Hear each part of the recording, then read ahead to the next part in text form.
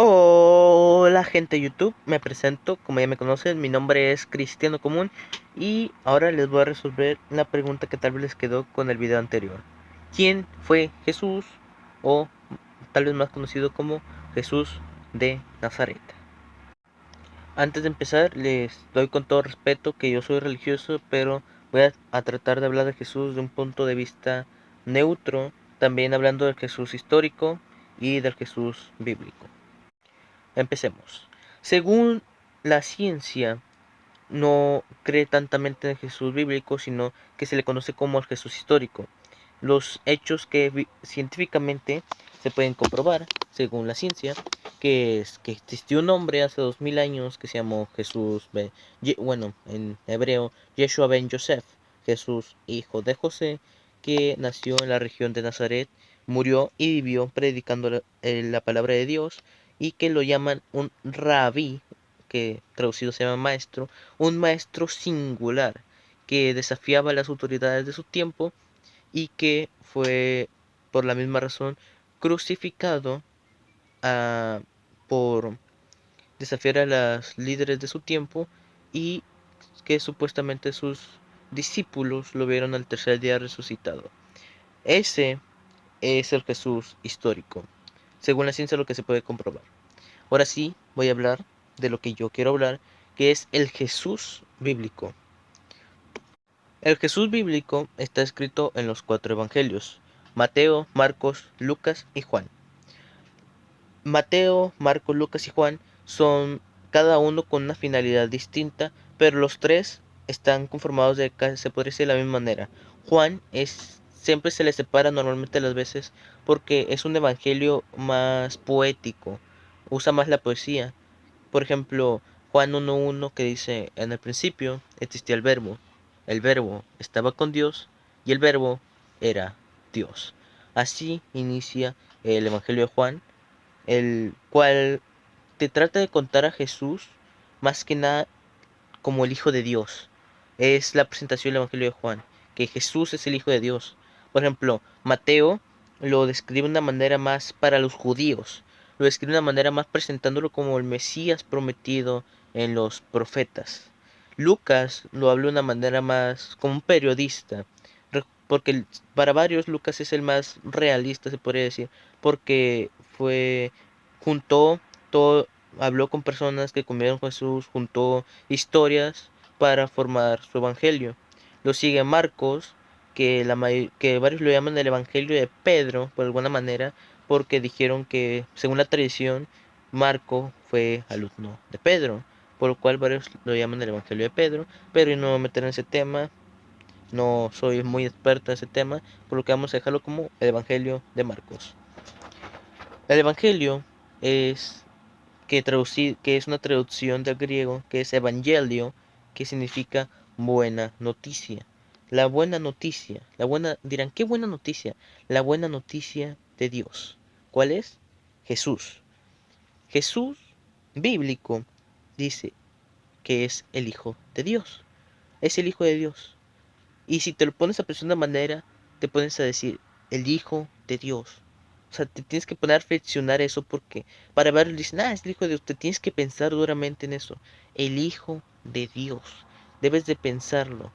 El Hijo de Dios, el Hijo de Dios.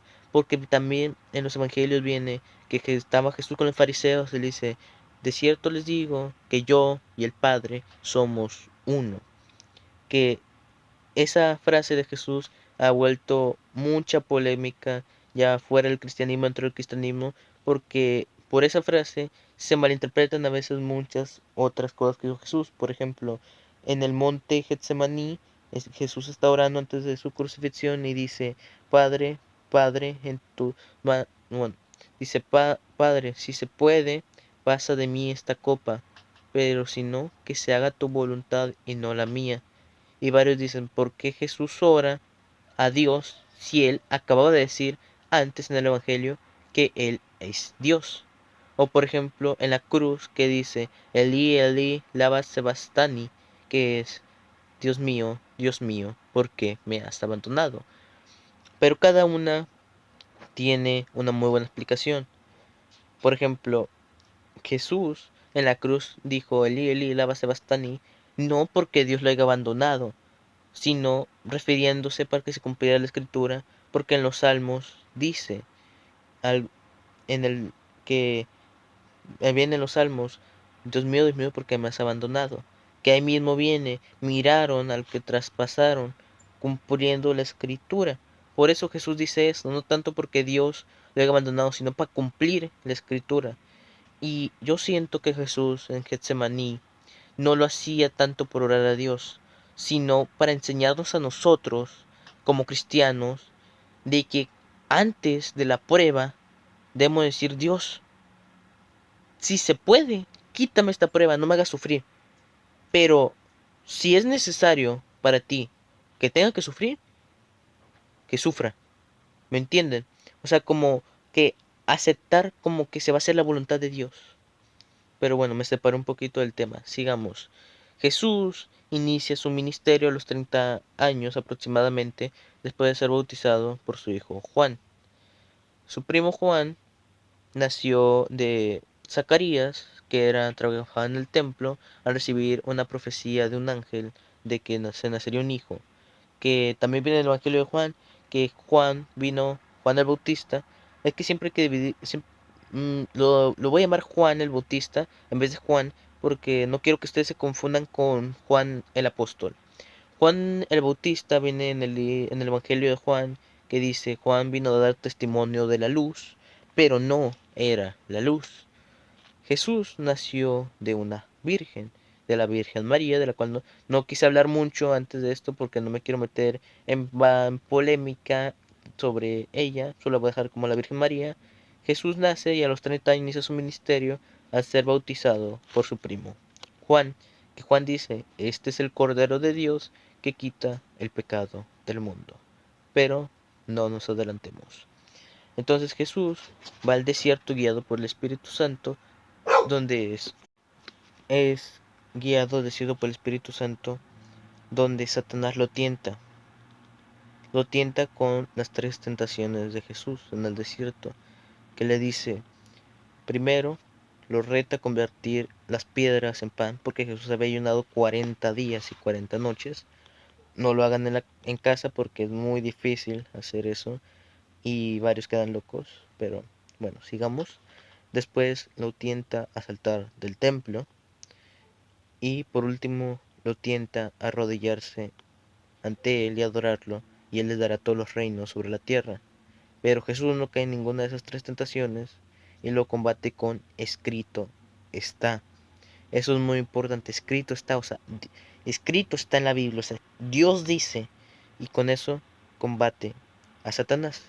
Después de las tentaciones, Jesús inicia su ministerio, ya empieza a predicar comúnmente en Capernaum, aunque predicó por otras zonas de Jerusalén, Israel, como por ejemplo Nazaret, o incluso predicó al otro lado del Jordán, donde eran regiones paganas, donde la mayoría de judíos no entraban, o incluso llegó a predicar en Samaria, como dice en la Biblia, que Samaria era un tanto complicada para los judíos.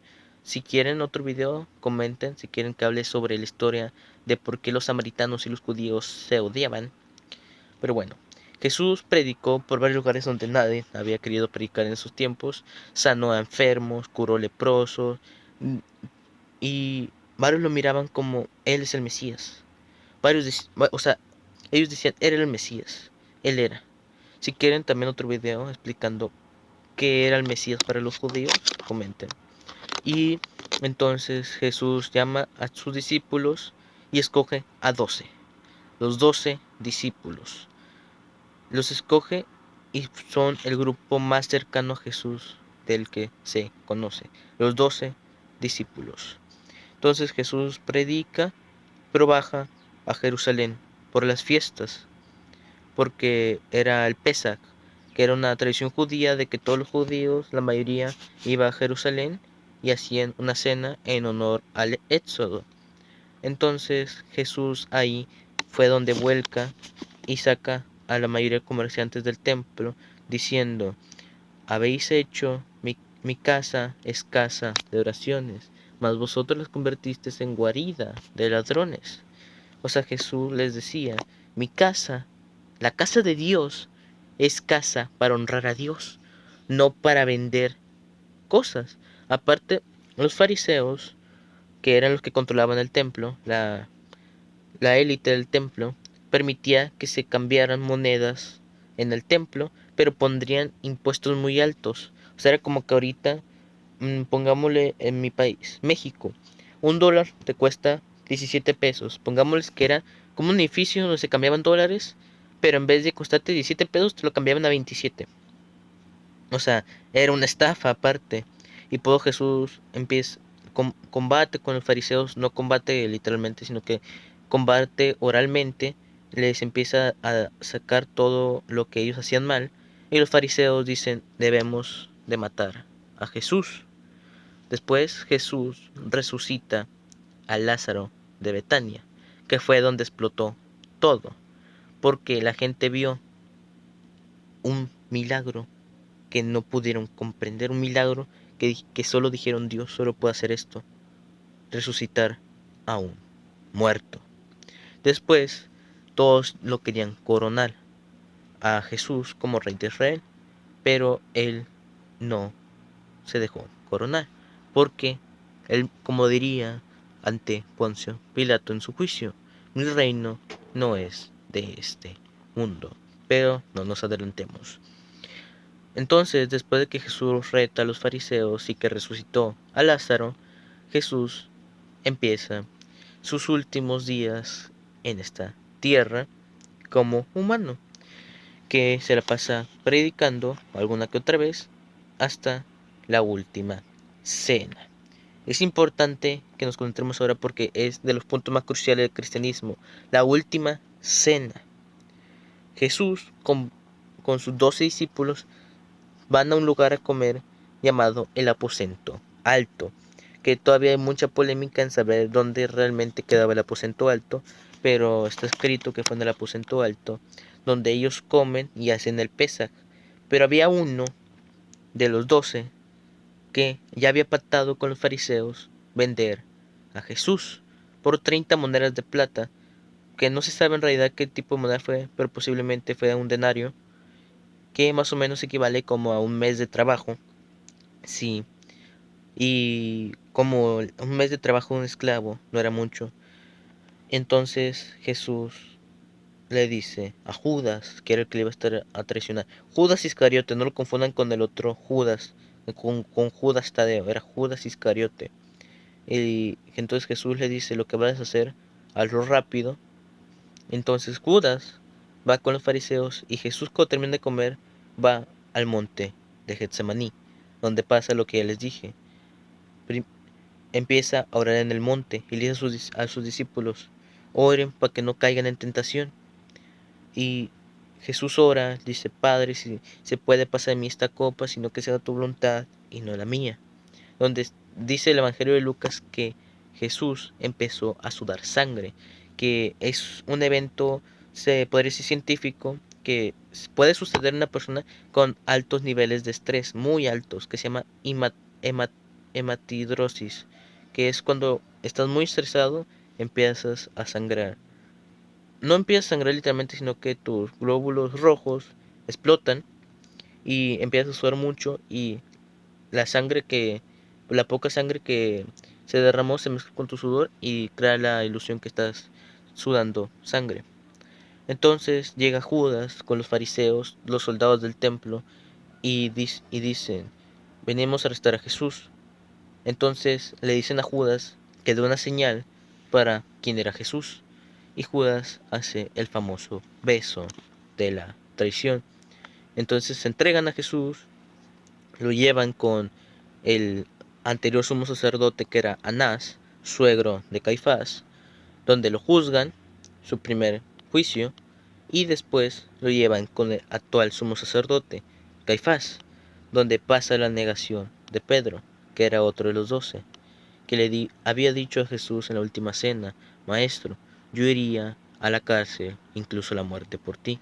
Y le dijo, oh Simón, Pedro, de cierto te digo, que antes de que cante el gallo me habrás negado 3 veces que me conoces. Y así pasó. Pedro negó 3 veces que conocía a Jesús, y dice que cuando dijo la última vez, cantó el gallo y pudo ver a los ojos cómo Jesús salía de donde era juzgado. ¿Te imaginas ser Pedro, haber negado 3 veces a Jesús y ver a Jesús saliendo del lugar golpeado, escupido, quizás mente abuchado, con groserías, con malas palabras, y tú verlo a los ojos? O sea, ¿te imaginas lo que sintió Pedro? Tuvo que ser muy, muy fuerte. Después a Jesús lo llevan a ser juzgado con Poncio Pilato, que Pilato era el procurador romano en Judea. Él era el único que podía sentenciar a muerte. Así que le dicen que le inventan cargos como que estaba haciendo una revolución, un levantamiento, para que Roma, o sea, Poncio Pilato, lo condene. Entonces Poncio lo llama, lo juzga, y fue cuando Jesús le pregunta a Poncio Pilato, ¿eres un rey? ¿O por qué te llaman rey de los judíos? Y Jesús le dice, mi reino no es de este mundo. Entonces Poncio Pilato, después de juzgar a Jesús en privado, sale y dice, no encuentro delito en este hombre. Pero como los fariseos lo querían seguir crucificando, lo llevaron. Les dijo, llévenlo con Herodes Antipas, ya que él es de Galilea. Entonces lo llevan con Herodes, pero Herodes solo quería ver uno de sus milagros, pero como Jesús se mantuvo callado y no habló con Herodes, pues solo sus soldados se burlaron de él, poniéndole una capa como si fuera un rey, y lo regresaron con Poncio.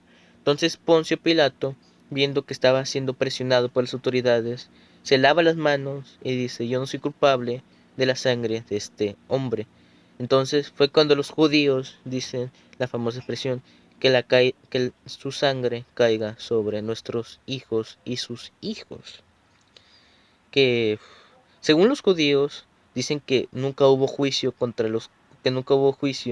los judíos, que fue juicio directamente con Roma, pero eso es muy dudoso porque no hay registro histórico de la época de Jesús que diga que nunca hubo juicio con judíos. Eso fue tradición más que judía. Entonces, sigamos. Entonces Poncio Pilato lo condena a la cruz.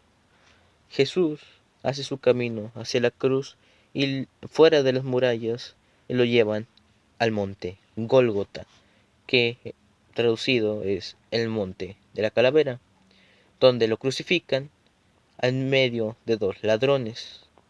Así Jesús pasa sus últimas horas de vida colgado en una cruz, con todos viendo su muerte. Y las últimas palabras de Jesús es, todo sea cumplido, consumado es. Que se refería a que ya, como dijo Juan, el Cordero de Dios que quita el pecado del mundo. Porque los judíos tenían como tradición que cuando pecaban debían de matar un cordero para ser sanados.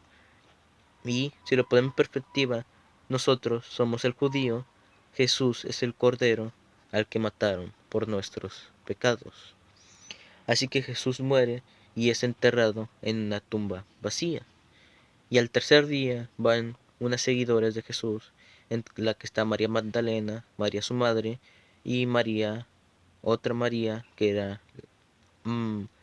que pues no se sabe exactitud, porque en algunos evangelios ponen a María Magdalena sola, en otros María con la Madre Jesús, pero pongan la que está confirmada que sí fue María Magdalena, que es la principal, la que nos importa, que entró a la tumba y ve a 2 ángeles sentados, pero no ve a Jesús, y le dice, oh, ¿dónde pusieron a mi maestro para ir y honrarlo?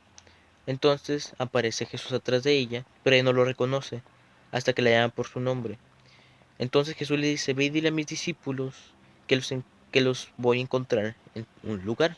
Entonces ella va, pero sus discípulos no le creen, porque en ese tiempo el relato de una mujer no era válido como tal. Entonces Pedro y Juan, que era otro de sus discípulos, van corriendo a la tumba, encuentran el sepulcro vacío.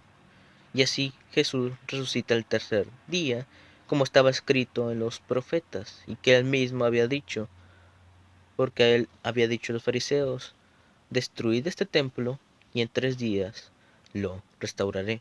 Ellos pensaban que se refería al templo de Jerusalén, pero su templo era su cuerpo. Y así Jesús venció a la muerte.